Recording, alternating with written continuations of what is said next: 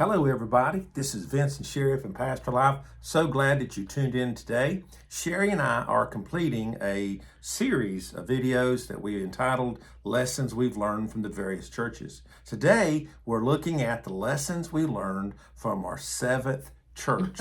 And it was an exciting ministry. We were there over 22 years, learned a lot, looked up today what's the average tenure of a pastor, and it's between 3 and 7 years. So we were at our last church over 22 years, which tells you that they were a very patient congregation. But we learned a lot. We learned a lot in every church. Now, you would think after doing this 40 plus years that we'd have something figured out. You know, we would just know what to do automatically. That's not true. You are learning in every church. There's things that you need to learn. And as for your next adventure in life. Now, I want to say this. We kind of retired from the full-time ministry part. That doesn't mean we wouldn't do it again if God opened the door. But what we've learned is that you're always in a process of learning new and exciting things, right, honey? Yes, that's right. Absolutely. And I don't know that we would ever, I don't know if we'd ever be in at that level of intensity again. It was pretty tough all those 40 years. So maybe if we're called to pastor again, it would be in a different way, or maybe not to quite the same extent. I don't know. Yeah. But, we did learn a lot, and every church is different.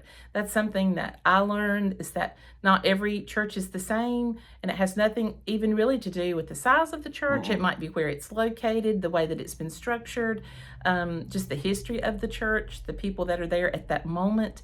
While we were in our seventh church, my husband, over those 22 years, buried over 400 of our members. Yeah. And so that was like 2 congregations or more that passed away in that period of time. And as we got ready to leave that church, we were commenting on all those names, sometimes both husbands, wives, and then if they were older, their children would pass away in those 22 years, and you did all the funerals for them. And that's a long time. You really have a full breadth of your life invested in them, and probably for that church in you as well. Well, I think one of the temptations, honey, is when you're at a place so long, when you retire from that place, you tend to look back and it's a dangerous thing, folks, to want to live in the past. The past is a wonderful place to visit, but it's a terrible place to live. Right. So you want to look back on all the churches that we've pastored, especially the last one, we were there so long. Yes. All 4 of our children graduated from the same high school, and it was a local school. Well, high school is a small school, but we knew the teachers, we knew the principal, we knew all the faculty and the kids. I think that was one of the things I loved about the last church that we pastored. We were there for 22 years, and so all of our children were able to go through school. And I had prayed when we moved there, Lord, if you would just allow us to stay, to let our children get through school. I think our youngest children were in the 4th grade when we moved there. And so we were able to stay until, they graduated, and we lived in a small town. So we knew everyone, knew a lot of the teachers and the administrators in the school system. That helped your children to have the best advantage, I think, in their education. They graduated, instead of graduating with maybe 1,000 students, their graduating class might have 100 or 120 kids in it. It allowed them to be involved in much more. When you have a smaller school, then your kids, there's more openings for them to do things. Right. And they were all involved in sports, and they were able to be like in the student government and be like on the homecoming court and just do all kinds of fun things during their time in school. So that was a real blessing that I really appreciated while we were there. And we also lived in the parsonage. I thought for about 12 and a half years, I thought that was just a great thing that we could do during those years. Yes. Well, we lived in the parsonage, and like I say, it was a wonderful town for us. They allowed me to do all kind of ministries. And if I could give just a warning to those who might be pastoring or thinking about pastoring, don't try to do everything. I did, and I don't know how I did it for 22 years, but we were the pastor of a First Baptist church in a town. We were involved in the school system. We were involved with the athletics part of it. For the last 18 years, Sherry and I were the public address announcers. She was my spotter for football games.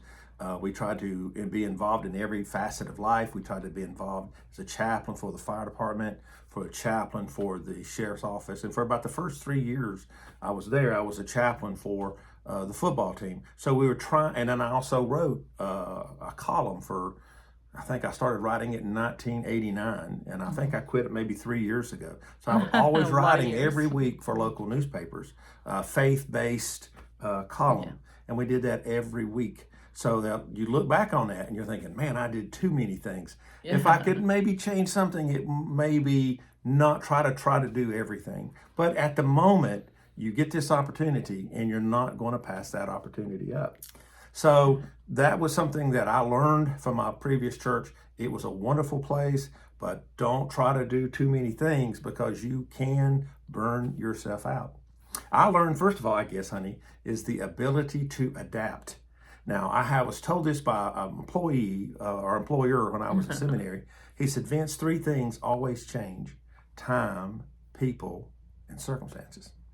And I think I kind of accepted what he was saying back in the 80s, but the longer I've lived, the more I understood that. Right. When you're pastoring a church and the average tenure is between 3 and 7 years, then you're at a place so long, you have to learn how to adapt. Mm-hmm. That doesn't mean that you compromise what you believe or compromise in how you say it. It means that you realize that people are changing, circumstances change in people's lives, and just time itself has a way about you. So in that kind of a long ministry, honey, you kind of sit back and you worked it just a little bit at a time. You didn't try to, change the whole world. But on the flip side of that, when you first go to a church, I think that's when you have your clearest vision of what you would like to see the church do. That's why they're calling you in. If they don't have a pastor, they're going to say, well, what ideas do you have? And then other people say, well, don't change anything for the first year. And I think it's like a rolling stone. Once you get it going, it rolls. So you have these visions and ideas that God has given you.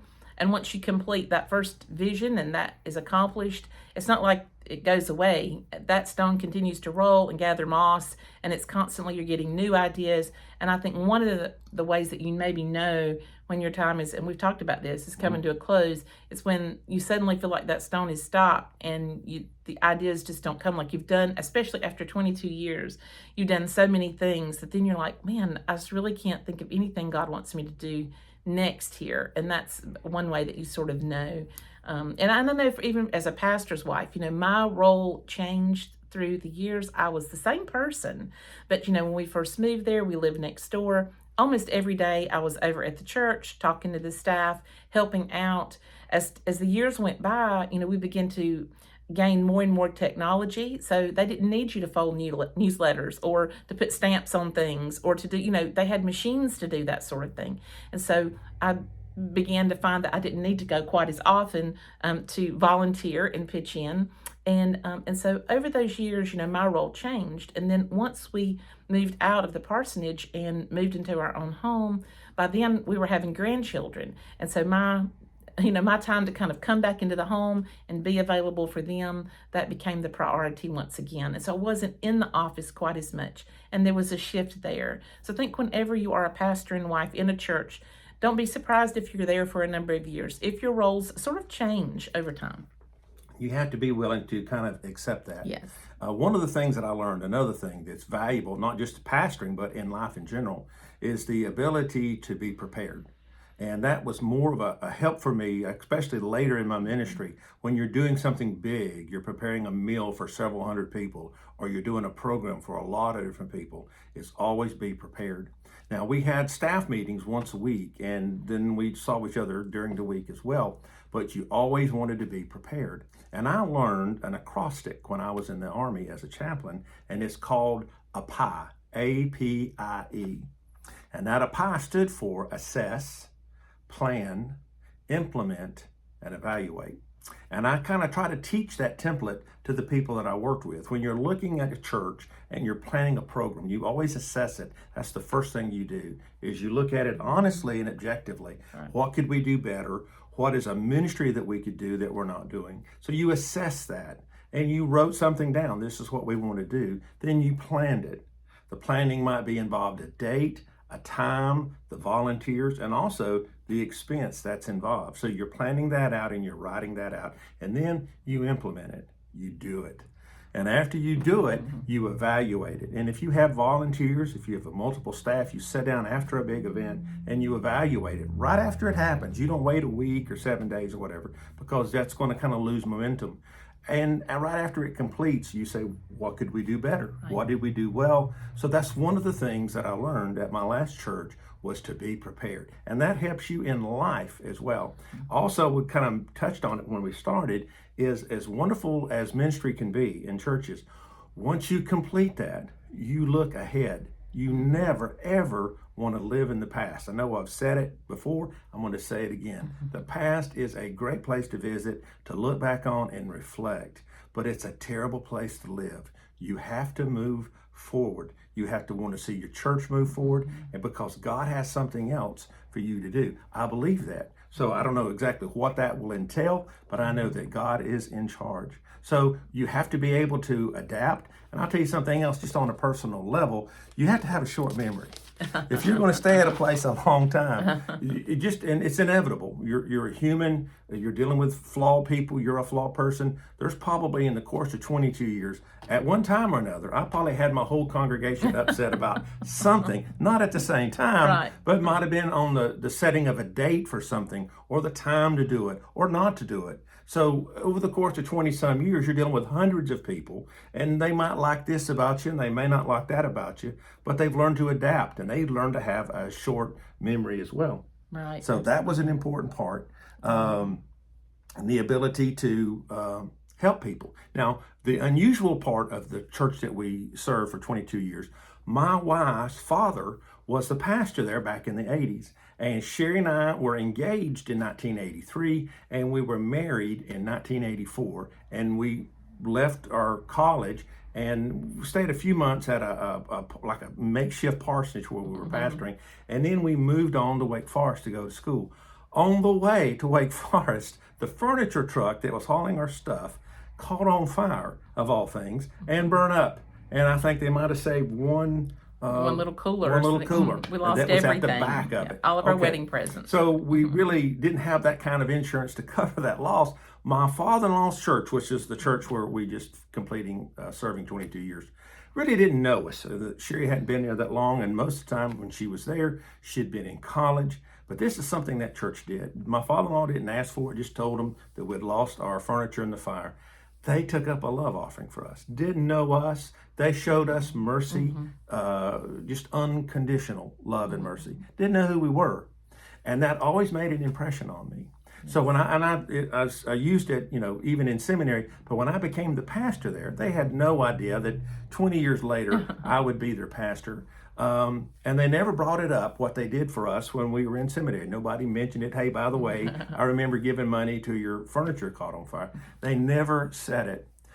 That made such an impression upon me that when people would ask for things outside the community, that we were always wanting to help.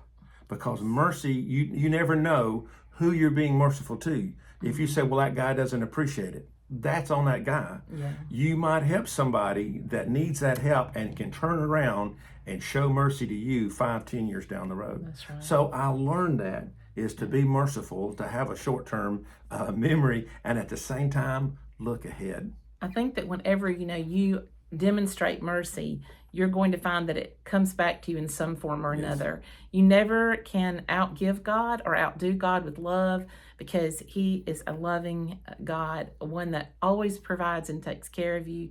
And that's something that we've learned through all 40 plus years of our married life and all the different churches that we have served. And I was the one that, when He said, we need to do this video and wrap up, our 7 churches, I was like, I might want to wait just a little bit longer before we talk about it, because we just ended it. And the other 6 churches, they were years ago. We've been at this particular church like 22 and a half years. And so talking about a church where you were 25 years ago or 30 years ago or 35, it's easy to do, because you have a perspective. Your perspective is fresh. I mean, it's a little, you're able to see it completely because it's so long ago. But, talking about a church that you just left, that can be really hard, because you're still having all kinds of emotions and sorting out all kinds of things that you're going through. But He was like, let's go ahead and do it now. And then in a year, if we want to go back, we can maybe reevaluate, because I'm sure as time goes by, and we look back over all the churches that we've served, we will be able to see God's plan in it. And if there's something I can say about the church we just left, is that I can see God's handiwork in everything that he did while we were there. From the very beginning stages, even the struggles that we had, even, leaving the parsonage and buying this home, God knew that we were going to be retiring one day and we would need a place to live, and we would need to leave that parsonage for the next person or whoever needed to have it. And so he opened the door at the right time, and we've lived here over 10 years now. Hard to imagine it, really. Yes. But back then, God had a plan for us that we really wouldn't be able to fully understand until, or at least in some capacity, understand until now, looking back. And so he continues to do things like that, where he makes a way for you. You may not always fully see the picture until later on down the line. I think that's why faith is so important as we live life. You don't have to have all the answers. If you're a pastor, if you're a believer, you don't have to know everything. Right. What you have to do is to be able to abide by faith. And that's something that we've tried to live by. And at the same time, in my own ministry, that you always wanted to think the best of people. Yeah. If you ever start thinking the worst of people, then you're not really going to have what I'd call a fruitful ministry. And you're probably not going to have a very long one. Right. So you have to see people at their very best, not at their very worst. And you have to be able, if somebody hurts you or hurts your feelings, you don't have to let that go. I heard another pastor say that got out of the ministry, did another profession. He said there was two things that he needed to pastor that he didn't have. One was thick skin, and the other one was a short memory. He said, I didn't have either one. I didn't have a thick skin, and I had a very long memory. And he said that wasn't going to be very applicable to ministry. Honey, anything else you want to add about the last one? Well, like I say, I think in the years to come, I will be able to look back and have a more complete picture about it all. But I'm so grateful that God allowed us to be in one place for as long as he did, to be able to serve and really know people. I think that's one of the things when you're in a community that long, you really do get to know people. He allowed us to sort of come full circle, but in two churches where my husband and I ended up pastoring. I had been there years before as a pastor's daughter. And so, that's kind of amazing. Out of 7 churches that we would go back there, to a church where my father had pastored, and I had lived in the same parsonage both times. So, in both those churches. I'm just glad you behaved enough when you were a youth that's that right. we could go back. That's right. We could go back. But, that's just sort of a bonus there, just something interesting. I know that when I was a senior in high school and it was February, I was getting ready to graduate in June, my dad was called to go to this church. I was just really, really sad about having to leave my school. And, they gave me the option to either move or to stay behind with a friend to graduate. But I decided to move, and I never really understood for a lot of years, why God let that happen to me. But then later on, I did know. I think it was a great help for me when we came back later to serve that church. And then I was in the church with a lot of the folks that I graduated with. So it was a unique experience. And I'm very grateful for all the churches that we pastored and all the things that we've learned. And I know this, as long as you're living, you need to be learning. You need to be learning. And the ability to adapt and the ability to listen and the ability to do what God has called you to do. Yes. You can't go and comment on how much you should do in your first year out of ministry. That's up to you and the leadership of the Holy Spirit. I went at it, to be honest with you, full bore at our last church, and probably maybe did some things maybe the wrong way or too quickly, but I could just see what the future could be, and I just was kind of enthralled by that. So if I was accused of anything, it probably was being a little over animated. And I think all the things that you had in mind to do, you did. Yes. And I think that's unusual too, because you go to a church, you have a lot of ideas, and you find that some of them don't pan out, or maybe there's some resistance, and so you can't go forward. If you meet resistance, you can't move forward. But fortunately, all the big ideas that you had and wanted to accomplish, they just rolled with it. And well, so that and was lack great. of a better idea. I think a lot of times they just didn't have anything. And I said, how are we going to stop him from doing that? We wanted to have a coffee house, so we built one. We want to have upward basketball. We want to have Awanas. We want to have different ministries, and they went along with it. Yes. So a lot of that is up to the congregation. How much are they willing to listen to their pastor? And as a pastor, you have to make good decisions back to back to back to back so they can have kind of confidence in you when you come up with an idea that might sound crazy to everybody else. But they say, we know what, Pastor, you've been pretty good in the past, and we're going to give you that, well, I hate to say it, but the benefit of the doubt. You know? But we loved every church, and we want to thank you for listening to this church, the seventh church that we pastored. And we hope that you will, if you've not subscribed to this channel, that you would subscribe to it and hit like. And if you have a positive comment, then we ask you to leave that. These are so encouraging to have on this kind of a platform where people can say positive things to you. And if it's negative, then go to another channel and leave it there. But don't leave it with us. That's it. Again, we voted today. If you noticed that, we did our patriotic duty. We waited in a huge line. Today was the first day of early voting in our area, and we waited a long time, but we got it done. We got it done, and I would encourage you to vote your conscience as you feel led to go, but participate in this process. I think it's very important as Americans that we exercise that right to and what vote. a privilege, so, that it we is have. A privilege. Yes. So we ask that you do that. You pray about it and you vote as we did, as we felt led, and we hope that you do the same. That's right. Well, again, this is Vince and Sherry. Thank you so much for tuning in, being a part of this channel. Again, if you've not subscribed, please do. And if you'd like to hit a like button and a comment, please add that to it. We wish everybody a great day and take care till next time. Bye-bye. God bless.